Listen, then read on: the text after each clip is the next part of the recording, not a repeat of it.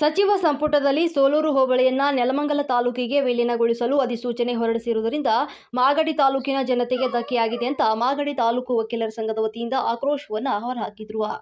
ಮಾಗಡಿ ತಾಲೂಕಿನಿಂದ ಸೋಲೂರು ಹೋಬಳಿಯನ್ನ ಬೇರ್ಪಡಿಸಿ ನೆಲಮಂಗಲ ತಾಲೂಕಿಗೆ ಸೇರಿಸಿ ಮಾಗಡಿಯನ್ನ ಮತ್ತು ಮಾಗಡಿ ಜನರನ್ನ ಅನಾಥರನ್ನಾಗಿ ಮಾಡಿ ನಮ್ಮ ಭವಿಷ್ಯವನ್ನೇ ಬುಡುಮೇಲು ಮಾಡಿ ಅಧಪತನಕ್ಕೆ ದೂಡುತ್ತಾ ಇರುವುದು ಮಾಗಡಿ ಜನತೆಗೆ ಕಾಣಿಸುತ್ತಿಲ್ಲವೇ ಅಥವಾ ಇದರ ಅಂತಿಮ ದುರಂತದ ಅರ್ಥ ಮಾಗಡಿ ಜನತೆಗೆ ಅರ್ಥವಾಗುತ್ತಿಲ್ಲವೇ? ಇಂತಹ ಸಂದರ್ಭದಲ್ಲಿ ಅಲ್ಲವೇ ಮಾಗಡಿ ಮಣ್ಣಿನ ಮಕ್ಕಳು ಎನ್ನುವವರ ಶಕ್ತಿ ವ್ಯಕ್ತವಾಗಬೇಕಾಗಿರುವುದು. ನಮ್ಮ ಭೂಮಿ, ಜಲ, ಭಾಷೆ ಇದನ್ನೇ ನಾವು ನಮ್ಮ ಅಸ್ಮಿತೆ ಎನ್ನುವುದು. ನಮ್ಮ ಭೂಮಿ, ನಮ್ಮ ಮಾಗಡಿಯನ್ನೇ ಕಸಿದುಕೊಂಡರೆ ಬಿಟ್ಟು ಸುಮ್ಮನೆ ಕೂತರೆ ಹೇಡಿತನವೇ ಆಗುವುದಿಲ್ಲವೇ? ಪ್ರತಿಯೊಬ್ಬ ಮಾಗಡಿ ಮಣ್ಣಿನ ಮಕ್ಕಳು ಮಾಗಡಿ ಮಣ್ಣಿನ ಋಣ ತೀರಿಸುವ, ಮಾಗಡಿ ಮಣ್ಣಿಗಾಗಿ ಕ್ರಾಂತಿ ಹೋರಾಟ ಮಾಡುವ ಸಮಯ ಬಂದಿದೆ. ಮಾಗಡಿ ಜನರೇ, ನಮ್ಮ ಮಾಗಡಿಯನ್ನ ನೆಲ ಕಾಣದ ಚಿಕ್ಕ ಭೂ ಪ್ರದೇಶವಾಗಲು ಬಿಟ್ಟು ಕೊಟ್ಟರೆ ನಮಗೆ ಮತ್ತು ಮುಂದಿನ ಪೀಳಿಗೆಗೆ ನಾವು ಮಾಡುವಂತ ದೊಡ್ಡ ದ್ರೋಹವಾಗುತ್ತದೆ. ಇದರಲ್ಲಿ ಯಾರಿಗೆ ಲಾಭ ನಷ್ಟಗಳಿರಲಿ ಬಿಡಲಿ, ನಮ್ಮ ಮಾಗಡಿಯು ನಮಗೆ ಅನ್ನ, ನೀರು, ಜೀವನ ನೀಡಿದೆ. ನಮ್ಮ ಮಾಗಡಿಯ ಋಣ ತೀರಿಸುವ ಸಮಯ ಬಂದಿದೆ. ಅದು ನಮ್ಮ ಕರ್ತವ್ಯ ಕೂಡ ಆಗಿದೆ. ನಮ್ಮ ಸೋಲೂರನ್ನ ಬಿಟ್ಟು ಕೊಡುವುದು ಒಂದೇ, ನಮ್ಮನ್ನು ನಾವು ಅಡವಿಟ್ಟು ಬದುಕುವುದು ಒಂದೇ.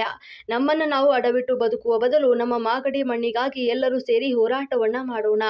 ನಮ್ಮ ಮಾಗಡಿಯ ಮಣ್ಣನ್ನೇ ನಾವು ರಕ್ಷಿಸಿಕೊಳ್ಳದಿದ್ದರೆ ನಮ್ಮನ್ನು ನಾವು ಮಾರಿಕೊಂಡಂತೆ ಸರಿ. ಮಾಗಡಿ ಜನರೇ, ಜಾಗೃತರಾಗಿರೋಣ. ಈ ಭೂ ವಿಂಗಡಣೆಯಿಂದಾಗಿ ನಮ್ಮನ್ನು ಮತ್ತು ನಮ್ಮ ಮಾಗಡಿಯನ್ನ ಅಧೋಗತಿಗೆ ತರುವುದರಲ್ಲಿ ಮತ್ತು ನಮ್ಮ ಮುಂದಿನ ಭವಿಷ್ಯವನ್ನ ಬುಡುಮೇಲು ಮಾಡುವುದರಲ್ಲಿ ದೊಡ್ಡ ರಾಜಕೀಯ ಹುನ್ನಾರವೇ ಎದ್ದು ಕಾಣ್ತಾ ಇದೆ. ಮಾಗಡಿಯನ್ನ ಹರಿದು ಹಂಚುವುದನ್ನು ನೋಡಿಕೊಂಡು ಕೈಲಾಗದವರ ಹಾಗೆ ಕುಳಿತುಕೊಳ್ಳುವುದು ಸಾಧ್ಯವಿಲ್ಲ. ನಮ್ಮ ಮಾಗಡಿ ಅಸ್ತಿತ್ವಕ್ಕಾಗಿ ಜಾತಿ, ಧರ್ಮ, ಜನಾಂಗ, ವರ್ಗ ಭೇದ ಮತ್ತು ಮರೆತು ಎಲ್ಲವನ್ನು ಮಾಗಡಿ ಪ್ರತಿಯೊಬ್ಬ ಪ್ರಜೆಗಳಾದ ನಾವು ಒಂದಾಗದೇ ಇದ್ದರೆ ಮಾಗಡಿಯ ಅಸ್ತಿತ್ವವು ಕೂಡ ಉಳಿಯುವುದಿಲ್ಲ. ಮಾಗಡಿಯ ಹೆಸರು ಹೇಳಲು ನಮಗೆ ಕನಿಷ್ಠ ಯೋಗ್ಯತೆಯೂ ಕೂಡ ಇರುವುದಿಲ್ಲ ಅಂತ ಹೇಳಿದ್ರು. ಚಳವಳಿಯನ್ನು ನಮ್ಮ ಸೋಲೂರು ಮಾಗಡಿ ತಾಲೂಕು ಕೊಡೋವರೆಗೂ ಸಹ ನಾವು ಇದೇ ರೀತಿ ಚಳವಳಿಯನ್ನು ಮುಂದುವರಿಸ್ತೀವಿ. ಇದನ್ನ ಯಾವುದೇ ರೀತಿಯಲ್ಲೂ ನಾವು ಹಿಂದಕ್ಕೆ ಪಡೆಯೋದು ಅಂತ ಹೇಳ್ತಾ ನನ್ನ ಎರಡು ಮಾತು ಮುಗಿಸ್ತಾರೆ. ಈ ಪ್ರತಿಭಟನೆ ಮಾಡೋ ಉದ್ದೇಶ ತಮಗೆಲ್ಲ ತಿಳಿದಿದೆ.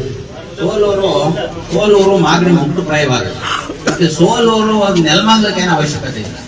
ಕಾರಣ ಏನಂತ ಹೇಳಿದ್ರೆ ಸೋಲೂರು ನೆಲಮಂಗಲ ಬೆಂಗಳೂರಿಗೆ ಸಮೀಪವಾಗುತ್ತೆ. ಮತ್ತೆ ಇಂಡಸ್ಟ್ರಿ ಎಲ್ಲ ಬಂದಿದೆ. ಮತ್ತೆ ಸೋಲೂರು ಏನಿದೆ ಮಾಗಡಿ ತಾಲೂಕಿಗೆ ತುಂಬಾ ಬೇಕಾಗಿರುವಂತ ಹೋಬಳಿ. ಯಾಕೆಂದ್ರೆ ನ್ಯಾಷನಲ್ ಹೈವೇ ಲಿಂಕ್ಸ್ ಆಗಿರುವಂತ ಹೋಬಳಿ.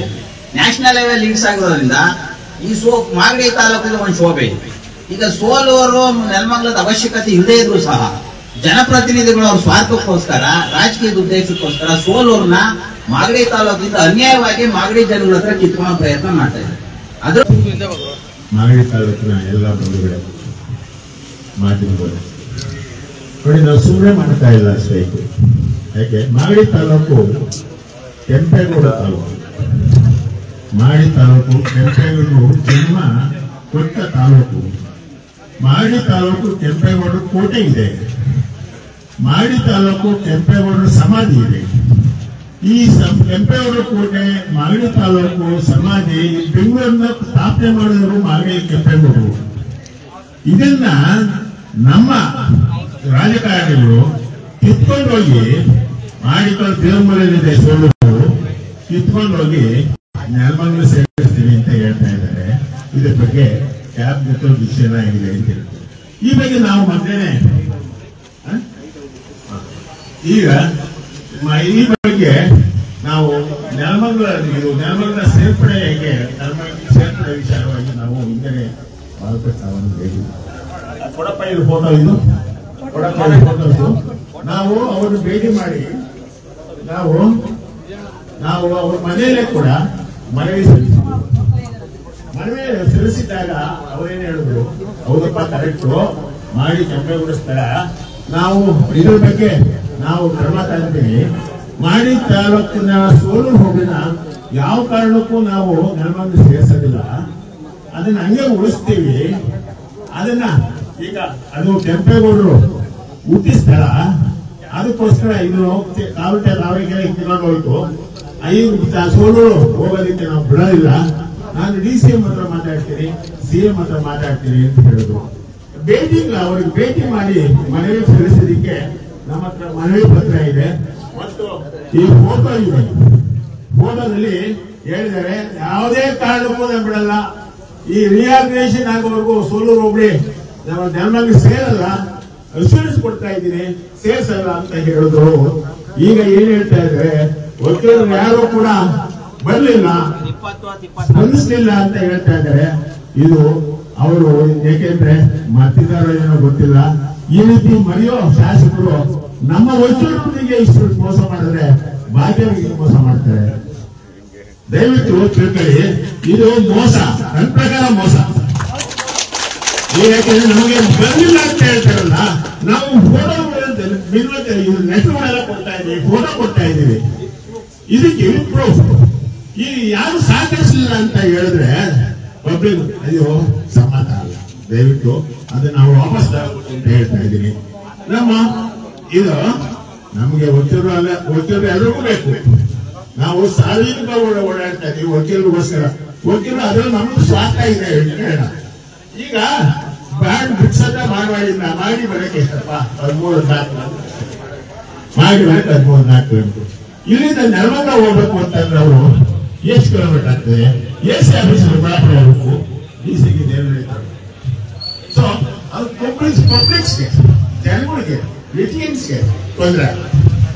ನಾವ್ಯಾಕೆ ಮುಂಚೆನೆ ನಾವು ನಮ್ಮ ಪ್ರತಿನಿಧಿಯಾದಂತಹ ಶ್ರೀಯುತ ಬಾಲಕೃಷ್ಣ ಅವರಿಗೆ ಒಂದು ಮನವಿ ಪತ್ರ ಕೊಟ್ಟಿದ್ವಿ. ಆ ಮನವಿಗೆ ಅವರು ನಿಮ್ಗೆ ಯಾಕೆ ನಾನು ಮಾಗಡಿಯಲ್ಲಿ ಉಳಿಸ್ಕೊಳ್ಳೋಕೆ ನಾನು ಸಾಕಷ್ಟು ಪ್ರಯತ್ನ ಪಡ್ತೀನಿ ಅಂತ ಅವ್ರು ನಮ್ಗೆಲ್ಲ ಅಶ್ಯೂರೆನ್ಸ್ ಕೊಟ್ಟಿದ್ರು. ಆದ್ರೆ ನಿನ್ನೆ ಪೇಪರ್ ಅಲ್ಲಿ ನೋಡಿದಾಗ ಓದೋರು ಒಬ್ಳೆ ಓದೋ ಬಿಡ್ಲಿ ನನಗೇನಾಗಬೇಕಾಗಿದೆ ಅನ್ನೋದನ್ನ ಅವರೇ ನಮ್ಮ ಪೇಪರ್ ನ್ಯೂಸ್ ಅಲ್ಲಿ ಕೊಟ್ಟಿದ್ದಾರೆ. ಅಂದ್ರೆ ಅವರಿಗೆ ಮಾಗಡಿ ತಾಲೂಕಿನಲ್ಲಿ ಏನಾದ್ರೂ ಅವ್ರಿಗೆ ಬೇಕಿಲ್ಲ. ದಯಮಾಡಿ ಮಾಧ್ಯಮದವರು ಕ್ಷಮಿಸಬೇಕು. ಯಾಕೆಂದ್ರೆ ನಾವು ಇನ್ನೂ ಉನ್ನತ ಅಧಿಕಾರಿಗಳಿಗೆ ಮೇಲೆಲ್ಲ ಹೋಗಿ ಕೊಡುವಂತ ಪ್ರಸಂಗ ಇದೆ. ಈಗ ಸೋಲೂರು ಹೋಬಳಿ ಏನಾಗಿದೆ, ಸೋಲೂರು ಹೋಬಳಿ ನಮಗೆ ಸ್ವಾತಂತ್ರ್ಯ ಬಂದ ಕಾಲದಿಂದ ಇರ್ತಕ್ಕಂಥ ಸ್ಥಳ. ಇದು ಮಠ ಮಾನ್ಯಗಳು ಹೊಂದಿರತಕ್ಕಂಥ ಪುಣ್ಯಕ್ಷೇತ್ರ. ಇಲ್ಲಿ ನಮಗೆ ಮಾಗಡಿ ತಾಲೂಕಿನಲ್ಲಿ ಸೋಲೂರಿನ ಜನ ಇವತ್ತು ನೆಲಮಂಗಲಕ್ಕೆ ಸೇರಿಸ್ಬಿಟ್ಟು ಕೂಡ ಅವ್ರ ಒಡನಾಟ ನಮ್ಮಲ್ಲೇ ಇರುತ್ತೆ. ಆ ಕಾರಣದಿಂದಾಗಿ ಯಾವುದೇ ಕಾರಣಕ್ಕಾಗಿ ನಾವು ಇದನ್ನ ನೆಲಮಂಗಲಕ್ಕೆ ಬಿಟ್ಕೊಡೋದಕ್ಕೆ ಸಾಧ್ಯತೆ ಇಲ್ಲ ಅಂತ ನಿಮ್ಮ ಮೂಲಕ ಹೇಳಿ ಹಲವಾರು ಹೋರಾಟಗಳನ್ನ ನಾವು ಹಮ್ಮಿಕೊಂಡಿದ್ದೀವಿ. ಆ ಹಲವಾರು ಎಲ್ಲ ಹೋರಾಟಗಳನ್ನ ವಕೀಲರು ನಮ್ಮೆಲ್ಲ ಸಾರ್ವಜನಿಕರ ಸಹಕಾರದೊಂದಿಗೆ ಮಾಡ್ತೀವಿ. ದಯಮಾಡಿ ನಮ್ಮ ಶಾಸಕರು ಕೂಡ ಒಂದು ಮನವಿ, ತಾವು ದಯಮಾಡಿ ಇದನ್ನ ನಮ್ಮ ಮಾಗಡಿ ತಾಲೂಕಿಗೆ ಸೋಲೂರು ಹೋಗಿ ಉಳಿಸ್ಕೊಡ್ಬೇಕು ಅಂತ ಹೇಳಿ ಈ ಮೂಲಕ ಅವರು ಮನವಿ ಮಾಡ್ತಾ ಇದ್ದೀವಿ. ಈಗ ನಮ್ಮ ತಹಸೀಲ್ದಾರ್ ಮನವಿ ಕೊಟ್ಟ ನಂತರ ಡಿಸಿ ಕೊಡ್ತೀವಿ. ಜಿಲ್ಲಾಧಿಕಾರಿ ಆದ ನಂತರ ನಮ್ಮ ಕರ್ನಾಟಕ ಉಚ್ಚ ನ್ಯಾಯಾಲಯದ ಕೊಡ್ತೀವಿ. ನಂತರ ಒಂದು ರಿಟ್ ಹಾಕ್ಬೇಕು ಅಂತ ಯೋಜನೆ ಮಾಡಿದ್ದೀವಿ. ಇನ್ನೂ ಹಲವಾರು ಕಾರ್ಯಕ್ರಮವನ್ನು ರೂಪಿಸಿದ್ವಿ. ರಾಜ್ಯಪಾಲರಿಗೂ ಕೊಡ್ತೀವಿ, ಮತ್ತೆ ನಮ್ಮ ಚುನಾವಣಾ ಆಯೋಗಕ್ಕೂ ಕೊಡ್ತೀವಿ. ಹಲವಾರು ಕಡೆ ಇಟ್ಬಿಟ್ಟಂತ ಒಂದು ಕಾರ್ಯಕ್ರಮ ರೂಪಿಸಿದ್ದೀವಿ. ಇದೆಲ್ಲ ಮಾಡಿ ನಂತರ ನಮ್ಮ ಮಾಧ್ಯಮದವ್ರನ್ನ ಕರೆದು ಅಲ್ಲೊಂದು ಸುದ್ದಿಗೋಷ್ಠಿ ಮಾಡಬೇಕು ಅಂತ ಮಾಡಿದ್ದೀವಿ. ಈಗ ಸಮಯದ ಅಭಾವ ತುಂಬಾ ಇದೆ. ನಮಗೆ 2 ಗಂಟೆಗೆ ನಮ್ಗೆ ಹೈಕೋರ್ಟ್ನಲ್ಲಿ ಅಪಾಯಿಂಟ್ಮೆಂಟ್ ಇರೋದ್ರಿಂದ ಈಗ ದಯಮಾಡಿ ಮಾಧ್ಯಮದವರು ಕ್ಷಮಿಸಬೇಕು. ನಾವು ಮನವಿ ಕೊಟ್ಟು ಅಲ್ಲಿ ಮುಂದಿನ ಕಾರ್ಯಕ್ರಮವನ್ನು ಮಾಡ್ತೀವಿ. ಸುರೇಶ್ ಅವರಿಗೆ ಧನ್ಯವಾದಗಳು. ದಯಮಾಡಿ ಒಂದು ಅರ್ಥ ಮಾಡ್ಕೊಳ್ಳಿ, 1986ರ ಇತಿಹಾಸ ಮತ್ತೆ ಮರುಕಳಿಸಿದೆ.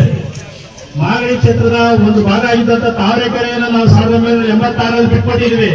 ಈಗೂ ನಾವು ಯಾವ ಬಿಟ್ಕೊಂಡ್ರೆ ಮಾಗಡಿ ಕ್ಷೇತ್ರದ ಮುಖಂಡ ಆಗಿರುವಂತಹ ಸೋಲೂರನ್ನು ಬಿಟ್ಕೊಳ್ಬೇಕಾದಂತ ಪರಿಸ್ಥಿತಿ ಬರ್ತದೆ. ಮಾಗಡಿ ಕ್ಷೇತ್ರ ಮತ್ತು ಕುದೂರು ಕ್ಷೇತ್ರ ವಿಧಾನಸಭಾ ಕ್ಷೇತ್ರಗಳಾಗಿತ್ತು. ಆ ಕ್ಷೇತ್ರ ರಾಜಕೀಯ ಇತಿಹಾಸಕ್ತಿಗೋಸ್ಕರವಾಗಿ ಅವತ್ತು ಬದಲಾವಣೆ ಮಾಡೋದಕ್ಕೋಸ್ಕರವಾಗಿ ತಾವರೆಕೆರೆಯನ್ನ ಹಂಚು ಮಾಡಿದ್ರು. ಸೋಪುರ ಹೋಬಳಿನೂ ಸಹ ನಮ್ಗೆ ಇತ್ತು, ಅದನ್ನು ಸಹ ಕಿತ್ಕೊಂಡ್ರು. ಇವತ್ತು ಜನಸಾಮಾನ್ಯರು ಯಾರು ಸಹ ಈ ಹುನ್ನಾರಕ್ಕೆ ಬಲಿಯಾಗಬೇಡಿ. ದಯವಿಟ್ಟು ಹೋರಾಟ